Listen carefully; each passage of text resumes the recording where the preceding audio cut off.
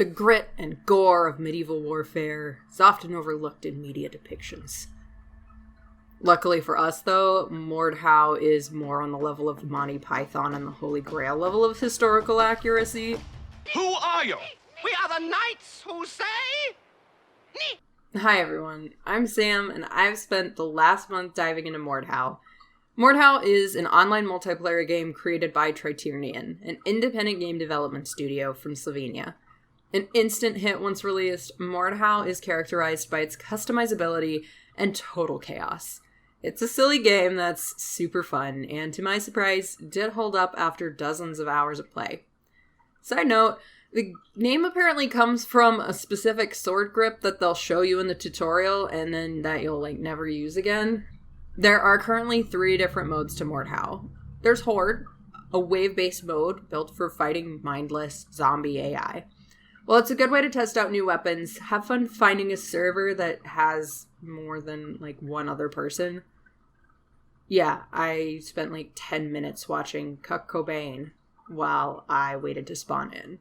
But there's also Battle Royale, which is a Battle Royale mode where the last knight standing wins. Pick up weapons and duke your way into a win. Fight 63 other players for a seat at King Arthur's table. Okay, we'll just wait a little bit. This will be worth it.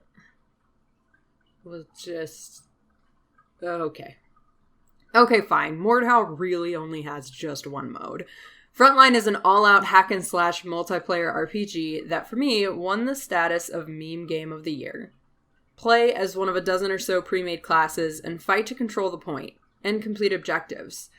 It's 2 teams of 32, and each team starts with 1,000 points. Every time someone dies and respawns, point is lost. Forever. And there's no regaining it. You can win by either controlling every objective on the map, or by killing the enemy team so much that they end up with 0 points before your team does.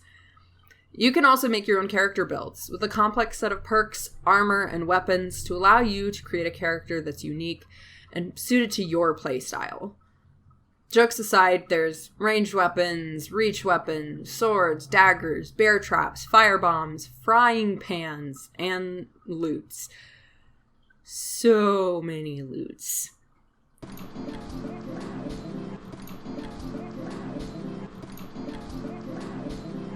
If you're like me and you've never played a game like this before, I suggest you start as an archer, either by making your own version or playing the pre-generated class. This teaches you so much more than the aforementioned tutorial, which, did I mention, it's 30 minutes long, and most of that is just you trying to figure out how to ride a horse and, getting stuck over and over again. As an archer, you can find a place to hide in the back lines and shoot at enemies while you also watch the melee combat to get a feel for how the timing works in the game. You don't learn how to use the melee weapons doing this, but it's a good recon mission for your first few rounds. And you're also very unlikely to accidentally kill a teammate, because unless it's a headshot, arrows really only do about 30 points of damage per hit, which means you'll end up with a lot of assists. Once you get a feel for things, though, it's time to dive into the fray and go wild. Start murdering people, and accidentally killing your teammates, and get murdered by people who are so much better than you. It's a lot of fun, though, and the longest respawn time is only 12 seconds, so you're up and at it almost as soon as you've died. The game is ranked in that each player gains personal points from capturing objectives, doing damage, or healing teammates. The more points you have, the more XP and gold you'll get. Despite Mordhau's chaotic excitement, there are 2 less than fun parts to the game. The graphics are difficult. When you boot up the game for the first time, it will put every video setting to the highest possible setting, and it's kind of up to you to figure out how to make it run on your PC without losing as many frames as a museum robbery. A big part of this does come from it being multiplayer, and Criterion not realizing how big of a game Mordhau would be. The servers are overloaded at certain times, and lag becomes a real problem. The server settings also have this fun habit of putting you in servers that are in another continent, even if you specifically set your location. I live in the US Midwest and ended up in European servers several times and only realized it when my ping skyrocketed over 200. The other criticism I have of the game is a little more easily fixed. The game's user base... horrible. In the 50-something hours I've spent in Mordhau, I haven't seen a single helpful call-out in the chat thread.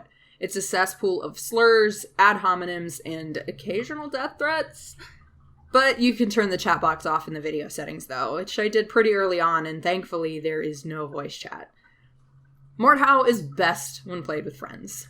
The most fun I had was teaming up with 3 or 4 of my friends on Discord and working together to fight the other team. That level of coordination gave our team an edge in a lot of fights, and it's just kind of fun to have people to laugh with when we found someone doing the shield surfboard glitch. Overall, Mordhau is an excellent multiplayer game that does have some lasting power. I highly recommend it, and I don't see anything on the genre's landscape that can overthrow it in the near future.